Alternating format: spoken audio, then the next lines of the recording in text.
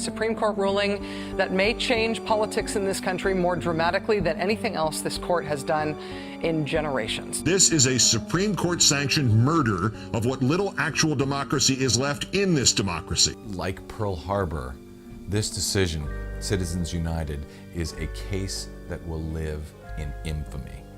Last week, the Supreme Court reversed a century of law that I believe will open the floodgates for special interests, including foreign corporations, to spend without limit in our elections.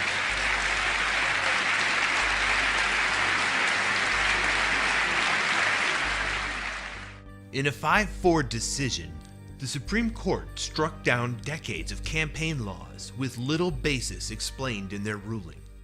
I thought the Supreme Court was supposed to protect fair elections, not swoop in and decide our president in 2000, or vote on the side of big money in Citizens United.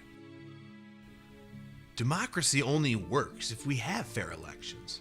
So I co-founded an activist group, Video the Vote, and made a film documenting voter suppression called Free for All. But what do you do when the most powerful court in the country makes elections unfair? I believe in democracy, but does the Supreme Court?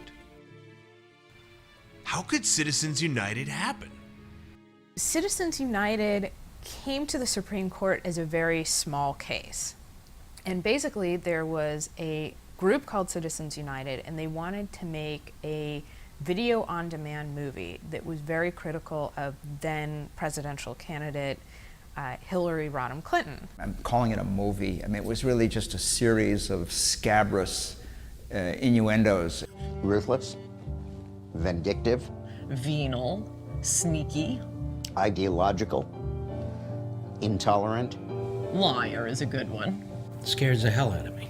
What was behind it, of course, was a lot of money, corporate money, from people who wanted to achieve a certain result. They were a corporation, and they wanted to use their general treasury funds for the movie and for ads. They want this to air on all of these stations in advance of the primaries in New Hampshire in early 2008, and this is against the law. They violated a lot of Federal Election Commission rules. Federal Election Commission sanctioned them, said you can't do this.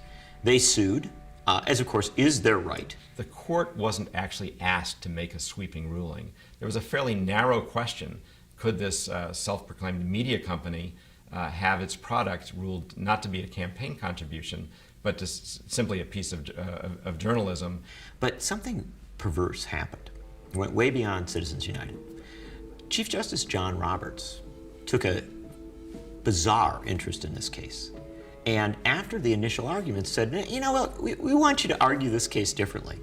Instead of talking about this one film and this specific incident, we want you to talk about regulation of corporate money and union money and private expenditures in our politics. We want you to develop briefs based on that. We want to argue a wholly different case. So the case was widened out from one incident with one little group and one film to a discussion of whether we should have regulations at all on corporate money and other private spending to influence our elections. The government lost big. Citizens United won a resounding victory. The Supreme Court wrongly decided that corporations were covered under the free speech amendments of the Constitution. They said money in political campaigns, and they've said this forever, is the equivalent of speech. When I give you money to run for election, it's the same as me speaking. So we're under First Amendment analysis. We have to be very careful whenever we limit money. Corporations were actually people whose First Amendment rights to freedom of speech was being infringed upon when they were told they could only put X number of dollars into a campaign. What speech are we really quieting when every individual member of a corporation can speak for themselves? So you're not, in my mind, really silencing a viewpoint. What you're silencing is volume.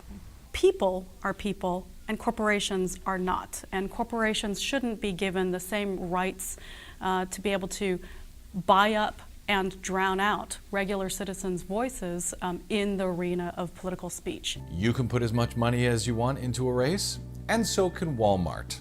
So it's your free speech / money against their free speech / money. Who do you think has more free speech / money, you or Walmart? I don't think our founding fathers and mothers were thinking about corporate treasuries as part of the free speech code. An election is a debate. If the debate is distorted by having one side have so much greater resources than the other, that sometimes may distort the ability to decide the debate on the merits. You want to be sure that it's a fair fight. I took the case because I agree with the position of my client and ultimately the U.S. Supreme Court that it is very important that the First Amendment vigorously protect the right of citizens to come together in advocacy groups and be able to speak out about the election of politicians. So when you target corporations and labor unions with restrictions on speech, you are targeting people of average means, and you are benefiting the wealthy. People of average means must have the freedom to associate. They don't have the money. The only way they can get the money is to associate together, pool their resources to now buy the ad that they could not afford individually. What is that called in America today? A corporation. Little James Bopp. James Bopp is a very effective attorney. An RNC committee member and an ideologue.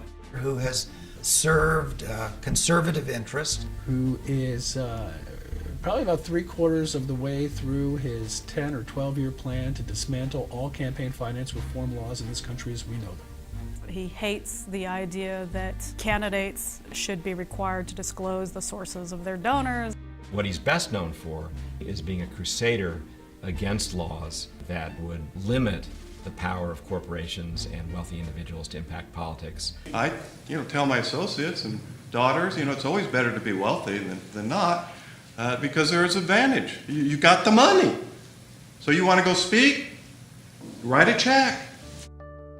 Democracy, in theory, is owned by the people, and we all own it equally. So in theory, in democracy, an ordinary person who maybe rents a very inexpensive apartment or doesn't even have a roof over their head is equal to someone who owns numerous houses and has a bank account that's measured in the billions. So that's the wonder of democracy. It creates a level playing field, equality between all of us. And corporations are about something else entirely different. The framers of the Constitution were acutely conscious of the fact that the United States of America, that this republic, stood a chance of functioning precisely because there were not broad inequities economically. Thomas Jefferson was right. He said the reason that we formed this American experiment is that we want to be different than Europe. In Europe, the wolves always devour the sheep. And he then said very specifically, what I mean by this is that the rich always defeat the poor. The powerful always win.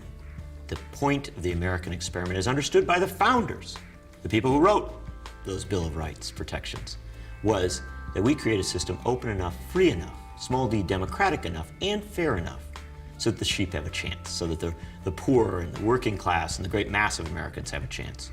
The Citizens United ruling is a sharpening of the wolves' teeth. It is an invitation to the wolves to devour the sheep.